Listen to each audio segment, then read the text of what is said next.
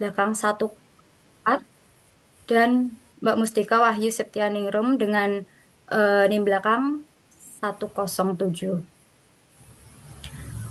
Eh, Pada kesempatan ini kami akan mempresentasikan hasil diskusi penyelesaian kasus dengan topik memahami perilaku sosial remaja di era digital. Dalam presentasi ini, kami akan membahas identifikasi permasalahan yang dihadapi oleh Bu Anita sendiri, serta strategi penyelesaiannya berdasarkan berbagai teori belajar dan perspektif Al-Quran serta As-Sunnah. Sebelumnya, saya akan memaparkan kasusnya terlebih dahulu. Eh, Bu Anita merupakan seorang guru sosiologi di SMA Negeri 17 Puncak Harapan yang menghadapi tantangan dalam pembelajaran materi, perilaku menyimpang, dan pengendalian sosial. Karena murid menganggap materi tersebut bersifat teoritis dan kurang relevan dengan kehidupan sehari-hari, murid diketahui sangat aktif di media sosial, lebih nyaman berkomunikasi secara digital, serta cenderung berkelompok berdasarkan minat tertentu. Sehingga Ibu Anita perlu mengembangkan strategi pembelajaran yang lebih adaptif dan kontekstual agar sesuai dengan karakteristik murid di era digital. Untuk selanjutnya akan dijelaskan oleh presentator berikutnya. Eh, Baik, selanjutnya berdasarkan kasus yang telah dipaparkan tadi oleh Mbak Puspita, eh, berikut adalah identifikasi masalah yang kelompok kami analisis. Yang pertama, materi dianggap membosankan dan sulit dipahami.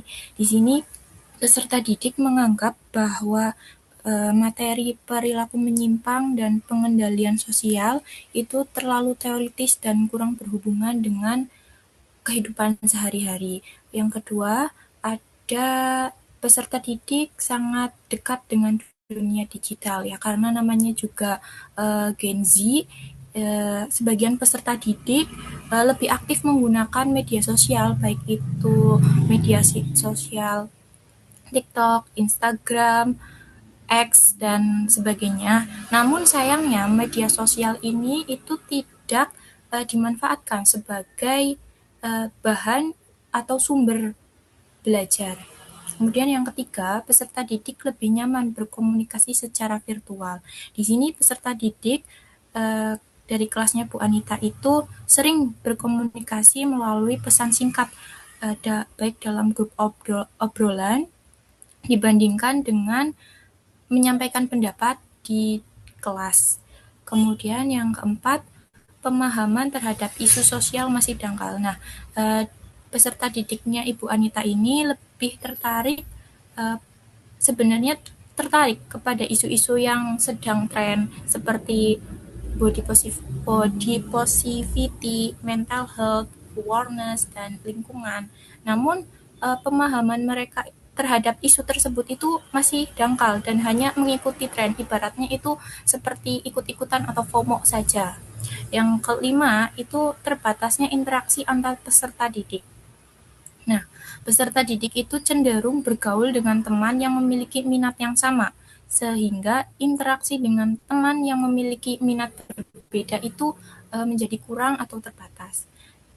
Yang keenam, metode pembelajaran perlu diperbaharui. Nah, di sini berkaitan dengan profesinya Bu Anita sebagai guru, eh, metode pembelajaran yang tradisional seperti ceramah, menyampaikan materi dengan PPT, kemudian diskusi itu sepertinya tidak diperlukan lagi dalam pembelajarannya Bu Anita.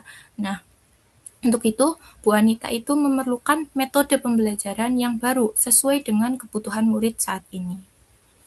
Selanjutnya akan disampaikan oleh rekan saya. Baik, terima kasih. Selanjutnya, solusi kasus Bu Anita dengan teori belajar behaviorisme. Jadi kasusnya itu murid aktif di media sosial tetapi menganggap materi kurang relevan sehingga partisipasi belajar rendah. Solusi ini tuh menggunakan prinsip bahwa belajar terjadi melalui stimulus respon yang diperkuat dengan reinforcement. Tujuannya yaitu untuk meningkatkan keaktifan murid dan membentuk kebiasaan berpikir kritis terhadap fenomena sosial digital. Lalu strateginya itu ada tiga. Yang pertama, menggunakan kasus viral dari TikTok, Instagram, atau X sebagai stimulus pembelajaran. Lalu yang kedua, bisa memberikan reward berupa poin. Lalu ada apresiasi bagi murid yang aktif. Yang terakhir itu memberikan umpan balik langsung untuk memperkuat perilaku belajar positif. Solusi selanjutnya, solusi selanjutnya yaitu menggunakan teori belajar kognitivisme. Yang teori ini itu dari pijat yaitu perkembangan kognitif, lalu ada Brunner yaitu discovery learning dan juga Ausubel yaitu meaningful learning menekankan proses berpikir dan pengelolaan informasi. Nah, di kasus Bu Anita ini yaitu murid tertarik pada isu seperti body positivity, mental health, dan lingkungan, tetapi pemahamannya masih dangkal dan hanya mengikuti tren. Lalu prinsip yang digunakan yaitu belajar adalah proses mengolah informasi serta menghubungkan pengetahuan baru dengan pengetahuan sebelumnya. Tujuannya yaitu membantu murid untuk memahami konsep perilaku menyimpang dan juga pengendalian sosial secara lebih mendalam serta mengaitkannya dengan fenomena digital. Strateginya ada empat. Yang pertama, mengaitkan materi dengan fenomena seperti cyberbullying, body shaming, hoax, dan cancel culture. Lalu yang kedua, menggunakan video, infografis, dan berita digital sebagai sumber belajar. Dan yang ketiga, membuat mind map tentang bentuk penyebab, dampak, dan pengendalian sosial. Dan strategi yang terakhir yaitu memberikan studi kasus untuk dianalisis dengan konsep sosiologi. Lalu selanjutnya menggunakan teori belajar konstruktivisme. Jadi solusinya itu pembelajaran sosial dan scaffolding, konstruksi pengetahuan melalui pengalaman. Jadi solusi menggunakan teori belajar konstruktivisme ini yaitu menekankan keaktifan siswa dalam membangun pengetahuannya sendiri. Nah, di kasusnya Bu Anita ini, siswa itu cenderung berkelompok berdasarkan minat yang sama, yaitu gamer bergabung dengan gamer, lalu K-pop dan juga futsal, sehingga interaksi antara kelompok masih sangat terbatas. Lalu, prinsip dari solusi ini yaitu menggunakan prinsip belajar merupakan proses pembangunan pengetahuan melalui pengalaman nyata, diskusi, kolaborasi, dan pemecahan masalah. Dan tujuannya yaitu membantu siswa menemukan sendiri konsep perilaku menyimpang dan pengendalian sosial melalui pengalaman belajar bermakna. Nah, strategi dari solusi menggunakan teori belajar konstruktivisme ini ada tiga. Yang pertama, membentuk kelompok heterogen dengan minat berbeda. Jadi, kelompok ini itu terdiri dari eh, anak yang minat gamer, lalu K-pop, dan juga futsal. Dan yang kedua itu melakukan proyek kampanye digital tentang perilaku menyimpang di era digital. Dan yang terakhir yaitu presentasi dan diskusi kelompok antar kelompok untuk berbagi perspektif. Selanjutnya akan disampaikan oleh rekan saya.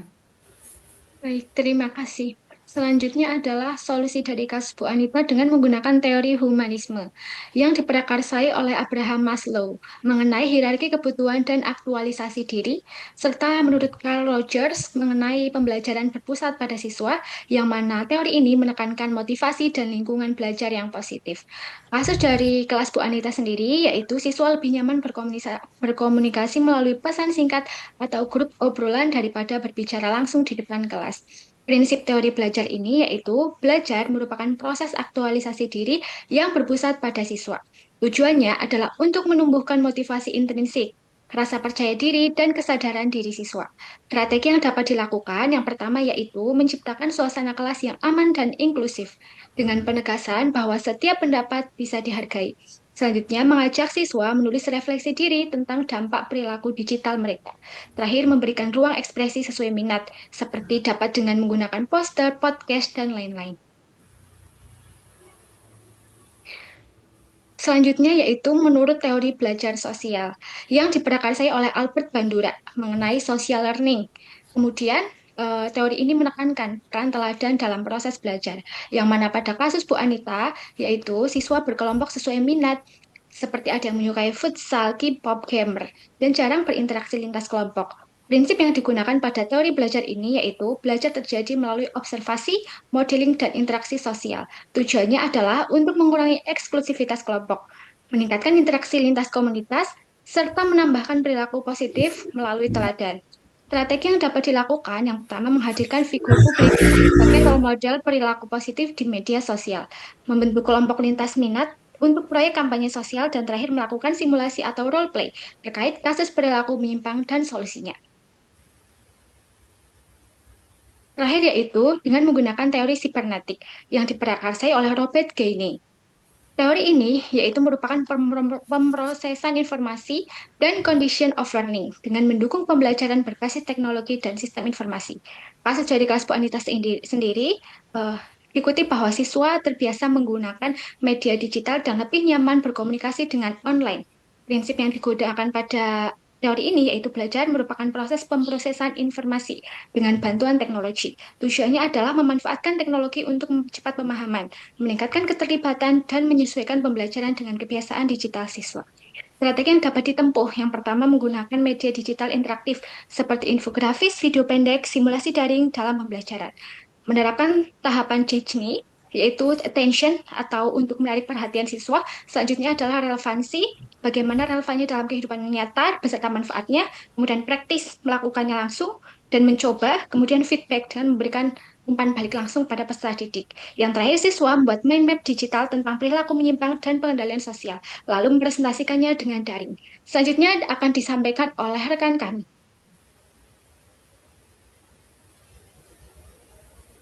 Ya, selanjutnya adalah penerapan prinsip tabayun. Ini berdasarkan Al-Quran dan As-Sunnah. Penerapan prinsip tabayun menurut surat Al-Quran, Al-Hujurat ayat ke-6, dan larangan ima'ah dari hadis riwayat Tirmizi.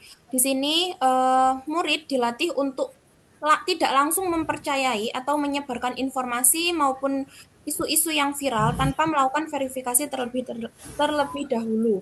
Sesuai dengan Al-Quran surat Al-Hujurat ayat ke-6 yang berbunyi, "Wahai orang-orang yang beriman, jika seorang yang fasik datang kepadamu membawa suatu berita, maka telitilah kebenarannya, agar kamu tidak mencelakakan suatu kaum karena kebodohan, kecerobohan yang akhirnya kamu menyesali perbuatan itu."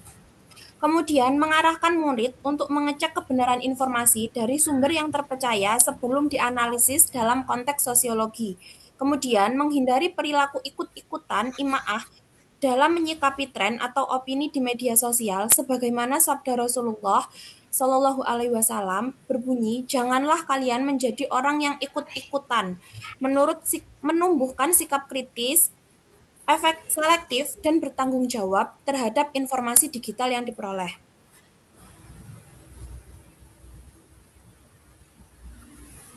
Kemudian yang kedua, penerapan etika berkomunikasi atau haulan sadida menurut Al-Quran surat Al-Ahzab ayat ke-70 dan hadis riwayat Bukhari dan Muslim. Di sini Al-Quran surat Al-Ahzab ayat ke-70 menegaskan bahwa perintah untuk bertakwa kepada Allah dan menyampaikan perkataan yang benar. Kemudian, peserta didik cenderung untuk berkomunikasi melalui pesan singkat, sehingga Bu Anita menetapkan digital class covenant dalam pembelajarannya. Kemudian, kesepakatan tersebut mewajibkan penggunaan bahasa yang santun, tidak merendahkan orang lain melalui meme, serta menghindari cyberbullying. Yang terakhir, hal ini sejalan dengan hadis riwayat Bukhari dan Muslim yang Rasulullah itu bersabda bahwa barang siapa beriman kepada Allah dan hari akhir, maka hendaklah ia berkata baik atau diam. Kemudian menggunakan konsep ukhuwah Islamiyah untuk mengatasi polarisasi. Polarisasi ini adalah terbentuknya dua kelompok yang bertentangan karena masing-masing kelompok memiliki pendapat yang cukup kuat. Sesuai dengan surat Al-Qur'an ayat Al-Hujurat salah maaf. Sesuai dengan Al-Quran, Surat Al-Hujurat ayat 10 dan 13. Konsep ukhuwah Islamiyah berdasarkan Surat Al-Hujurat menegaskan bahwa sesama mukmin adalah bersaudara sehingga harus didamaikan ketika terjadi perpecahan. Kemudian ayat ke-13-nya menjelaskan bahwa manusia diciptakan berbeda-beda untuk saling mengenal dan tidak ada keunggulan kecuali ketakwaan kepada Allah. Dalam kasus ini, murid cenderung dikotak-kotakkan berdasarkan minat, sehingga interaksi antar kelompoknya masih terbatas. Kemudian, Bu Anita mengintegrasikan nilai tersebut dengan mengacak kelompok dalam proyek infografis, yaitu pengendalian sosial, agar murid saling mengenal dan bekerja sama. Strategi ini bertujuan untuk mengurangi sekat antar kelompok, menumbuhkan kebersamaan, serta memperkuat kolaborasi seperti persaudaraan Muhajirin dan Ansor. Ya, selanjutnya akan disampaikan lagi oleh teman saya, Mbak Puspita. Jadi kesimpulannya secara keseluruhan kasus Bu Anita menunjukkan bahwa pembelajaran sosiologi perlu dirancang secara lebih kontekstual dan adaptif terhadap karakteristik murid di era digital. Penerapan berbagai teori belajar serta integrasi nilai-nilai keislaman membantu menciptakan strategi pembelajaran yang lebih aktif, bermakna, dan relevan sekaligus membentuk sikap kritis, santun, dan kolaboratif dalam diri murid. Dengan demikian, proses pembelajaran tidak hanya memahami konsep, tetapi juga mampu menghubungkan teori dengan realitas kehidupan digital secara lebih efektif. Eh, Demikian pemaparan diskusi dari kelompok kami. Sebelumnya, kami mengucapkan terima kasih. Kami akan membuka satu sesi pertanyaan mengingat keterbatasan waktu kita. Silakan teman-teman yang mau bertanya. Saya Pramesti Graita Utami dengan NIM 0515 izin bertanya. Dari 6 teori belajar yang digunakan pada kelompok 2, kira-kira teori manakah yang paling tepat dijadikan landasan utama dalam kasus Bu Anita? Kemudian jelaskan alasan pemilihannya beserta keterbatasan teori-teori lainnya. Terima kasih. Baik, terima kasih Mbak Pramesti atas pertanyaannya. Kami mohon izin untuk berdiskusi sejenak terlebih dahulu sebelum memberikan jawabannya.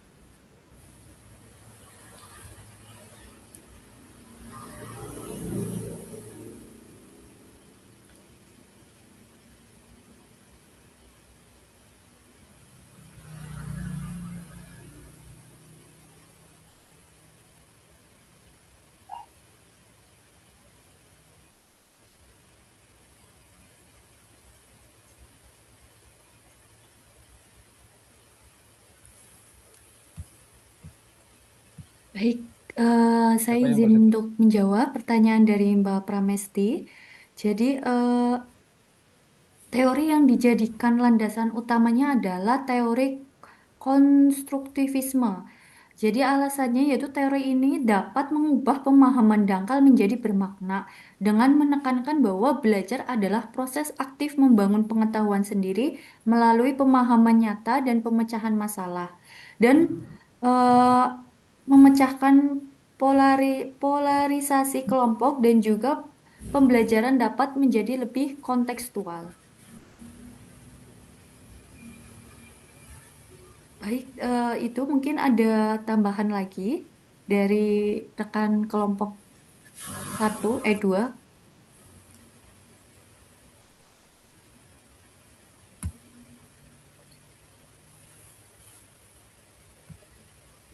Bagaimana Mbak Pramesti untuk jawabannya? Ya, sudah. Ya. Eh, Demikian presentasi yang dapat kami sampaikan. Sebelumnya mohon maaf apabila masih terdapat kekurangan, baik dalam penyampaian maupun isi materi yang kami sajikan. Terima kasih atas perhatian Pak Suroso dan teman-teman semua. Terima kasih. Wassalamualaikum warahmatullahi wabarakatuh. Waalaikumsalam warahmatullahi Waalaikumsalam warahmatullahi wabarakatuh.